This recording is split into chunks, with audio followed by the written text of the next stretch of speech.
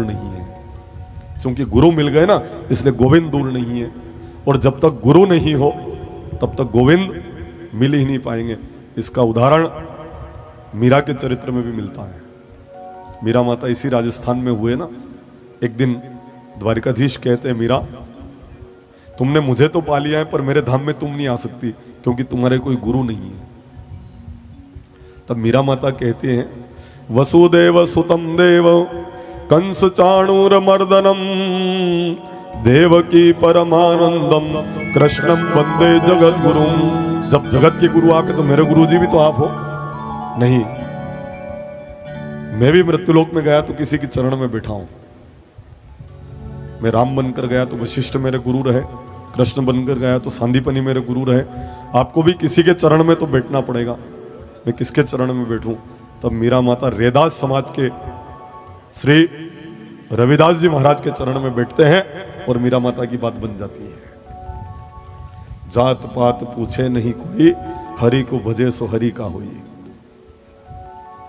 मीरा माता रैदास जी के चरण में बैठते हैं और बड़ी उच्च कोटि के भक्त संत रैदास थे। अगर समय मिला तो मैं इस चरित्र को भी, रैदास जी के चरित्र को भी आपके समक्ष अवगत करूंगा, अगर समय मिला और ध्यान आया तो।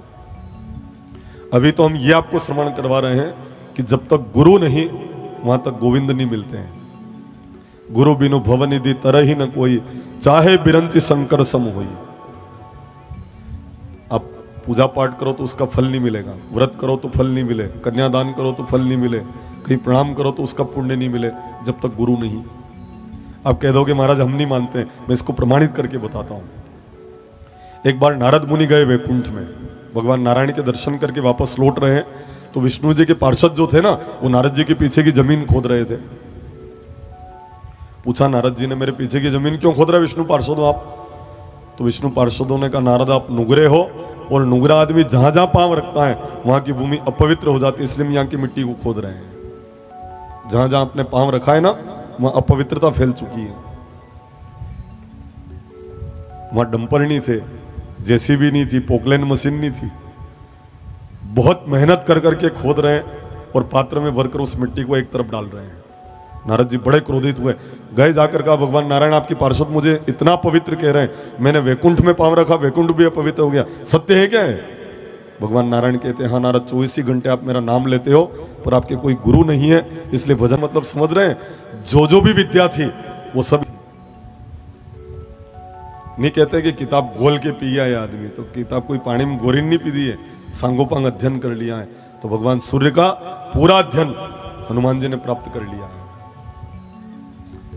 जुग सहस्त्र योजन पर भानो लिल्यो ताही मधुर फल जानो। जुग सहस्त्र योजन को अगर किलोमीटर में हम घटाते हैं तो हनुमान चालीसा इतनी सत्य है, 15 करोड़ 36 लाख किलोमीटर सूर्य धरती से दूर है। गुरु चरण में बैठा हूं। नारद जी आपको मृत्युलोक में किसी को गुरु बनाना पड़ेगा। नारद जी ने कहा, भगवान मैं किसको गुरु बनाऊं? सज्जनों के पांव। नारद जी ने कहा, भगवान मैं किसको गुरु बनाऊं? सज्जनों के पांव में पद्म नहीं होता, दुर्जनों के माथे पर सिंह नहीं होता। प्रातःकाल जो तुम्हें मिले उसको गुरु बना लो, जाओ। नारद जी आए मृत्युलोक में। सुबह सुबह कौन मिला उनको? एक मछुआरा जाल लेकर मछली पकड़ने जा रहा है। ध्यान आया कि प्रातःकाल जो मिले, तो प्रातःकाल तो मछुआरा मिला, उसी के चरण में प्रणाम कर लिया और कहा से आज से आप मेरे गुरुदेव हैं। मन ने मान लिया ना, किंतु शब्द का प्रयोग किया ना, इसलिए आपको 84 लाख योनियों में जाना पड़े और रोरव नाम के नरक की प्राप्ति, इसलिए आपको 84 लाख योनियों में जाना पड़े और रोरव नाम के नरक की प्राप्ति होगी। बचने का उपाय, 24 घंटा आपका नाम लेता हूं। मछुआरा मिल गया, नारद जी ने प्रणाम किया और कहा, भगवान कह रहे 84 लाख योनियों में जाना है, बचने का उपाय।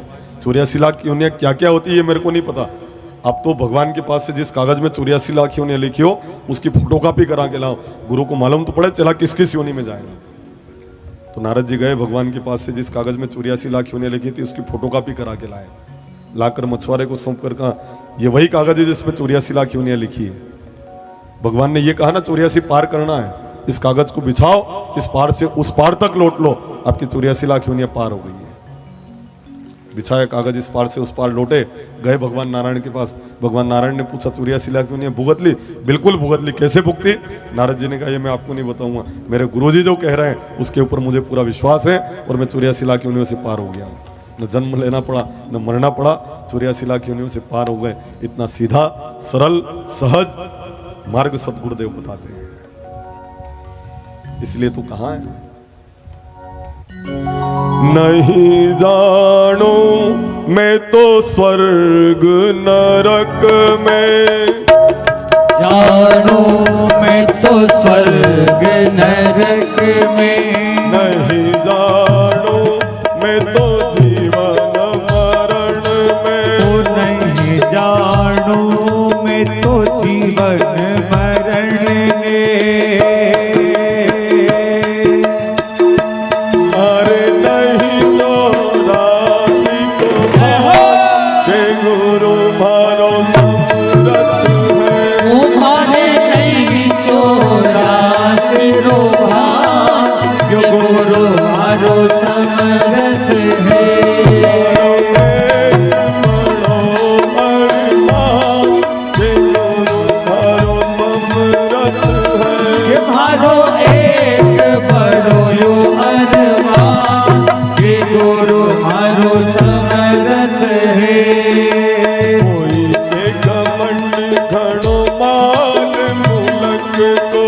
कोई के घमंड घड़ो माल पुलक को, कोई के घमंड घड़ो धन दौलत को, और कोई के घमंड घड़ो धन दौलत को, कोई के घमंड घड़ो धन दौलत को, कोई के घमंड घड़ो धन दौलत को।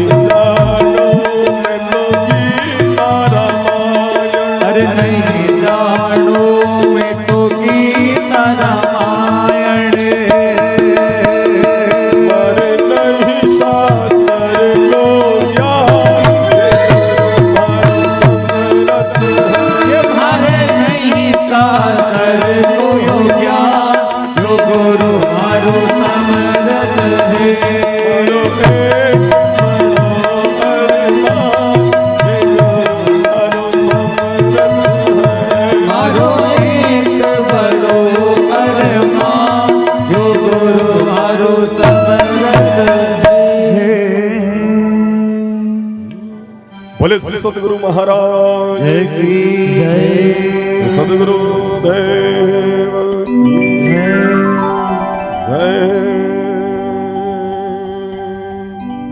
नहीं जानू मैं तो गीता रामायण, नहीं जानू मैं तो वेद पुराणन, मारे नहीं शास्त्र को ज्ञान, गुरु महाराज समर्थ है। और जब समर्थ गुरु मिल जाए, काबिल मुर्शिद मिलते हैं तो बात खुदा से होती है।